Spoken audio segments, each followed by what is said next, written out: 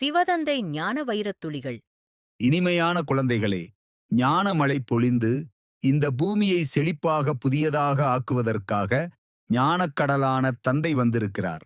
இப்பொழுது சொர்க்கம் ஸ்தாபனை ஆகிக் கொண்டிருக்கின்றது. அங்கு செல்வதற்காக தெய்வீக குழந்தைகளாக ஆக வேண்டும். காரியங்கள் செய்து கொண்டிருந்தாலும், குறிப்பாக பாரதம் மற்றும் பொதுவாக முழு உலகையும் தூய்மையாக்க வேண்டும். ஸ்ரீமத் படி தந்தைக்கு உதவியாளர்களாக ஆக வேண்டும். ஞானமும் ஒரே ஒருவர்தான் கொடுக்க முடியும். மற்றபடி சாஸ்திரம், கீதை முதலானவற்றை படிப்பது, பக்தி செய்வது போன்றவைகள் எதுவும் ஞானம் கிடையாது. ஞானத்தின் மூலம் சொர்க்கம் ஸ்தாபனை ஆகிறது. ஈஸ்வரனாகிய தந்தை ஞானம் கொடுத்து தெய்வக் குழந்தைகளாக ஆக்குகின்றார். இந்த நேரத்தில் முழு உலகமும் தந்தையை அறியாமல் இருக்கின்றனர். அறியாத காரணத்தினால் இந்த அளவிற்கு துர்க்கதி ஏற்பட்டு இருக்கிறது. அறிந்து கொண்டால் சத்ததி ஏற்படும். நாம் கல்ப கல்பத்திற்கும் இந்த பாரதத்தை தூய்மையாக்கி தூய்மையான பாரதத்தில் ராஜ்யம் செய்வோம்.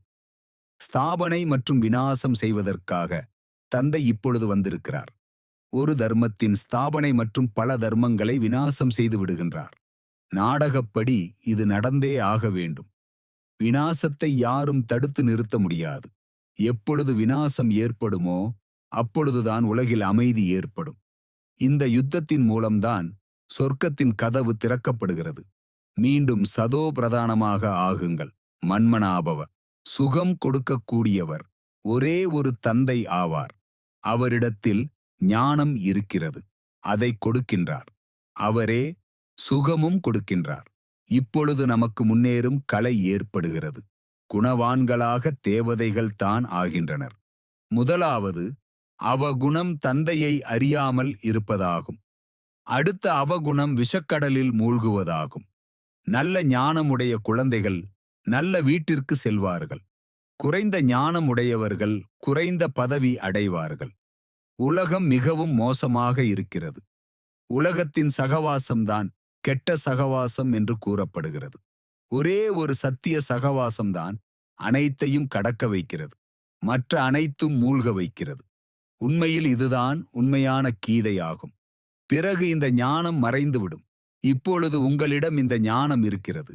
அடுத்த பிறவி எடுத்ததும் ஞானம் அழிந்துவிடும். பிறகு பிராப்தி இருக்கும். நான் சங்கம யுகத்தில் வந்து உங்களை புண்ணிய ஆத்மாக்களாக ஆக்குகின்றேன். தந்தைதான் பழைய உலகை புதிய உலகமாக ஆக்குகின்றார். நல்லது. சிவதந்தை தந்த வரதான நினைவின் பிராப்தி. Manifestation of this day. ஓம் சாந்தி. நான் ஆத்மா, புருவ மத்தியில் ஒளிப்புள்ளியாக ஜொலிக்கும் நட்சத்திரம். நான் பாபாவின் நிரந்தர குழந்தை. இந்த சங்கம யுகத்தில் ஞானம் கற்பதற்காக பிறந்த அதிர்ஷ்டசாலி ஆத்மா. வாழ்வின் அடிப்படை பெட்டகம் பவித்திரம். பாபாவின் அன்புதான் ஆத்மா, எனது பவித்திர உணவு. பாபாவின் ஞானம்தான் என்னுடைய வழிகாட்டி. என் மனம், புத்தி, சுபாவ சன்ஸ்காரங்கள் பாபாவின் கரங்களில் ஒப்படைக்கப்பட்டவை. என் உள்ளம் பாபாவின் நினைவில் நிறைகின்றது. என் ஆன்மீக பயணம் பவித்திரத்தால் ஆரம்பிக்கிறது. என் மனதின் அன்பு ஒரே சிவபாபாவுக்கு. பாபாவிடம் மட்டுமே ஆத்மா எனது உறவு.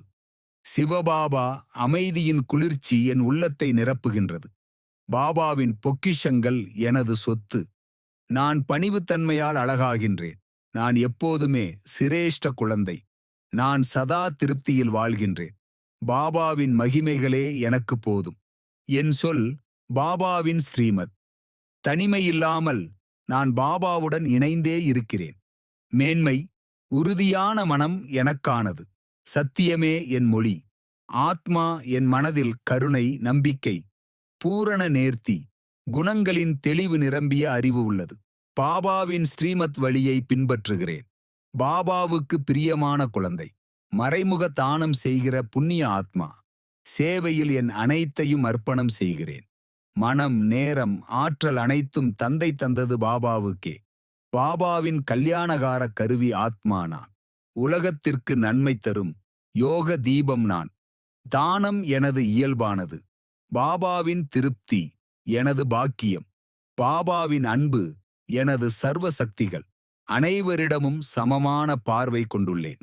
பெயர், புகழ் மீது ஈர்ப்பு, சோம்பல், அலட்சியம் அனைத்தும் பாபா அகற்றிவிட்டார். பொறுப்பில்லாமை மறைந்து என் செயல்களில் பூரண அக்கறை வந்துள்ளது. கடுமையாக பேசுவது வெறுப்பு, பயனற்ற விஷயங்களில் ஆர்வம், பிடிவாதம், சோகப்படுவது பிரிந்து ஒதுங்கியது. தைரியம், நம்பிக்கை எனது மூச்சில் ஸ்திரம் பெற்றுள்ளது. விரக்தி, பேராசை, சேகரிப்பு பழக்கம் விட்டு விலகிவிட்டேன். ஒவ்வொரு மணித்துளியும் சுவாசமும் சேவைக்கு. என் மனதில் உலக நன்மை எண்ணமே. சேவையில் ஆனந்தமடைகிறேன். விஸ்வ நன்மைதான் என் இலக்கு. அனைத்தையும் தானம் தருகின்ற புண்ணிய ஆத்மா நான். தந்தையின் பணிவான சேவகன். நல்லது. மன்மனாபவ.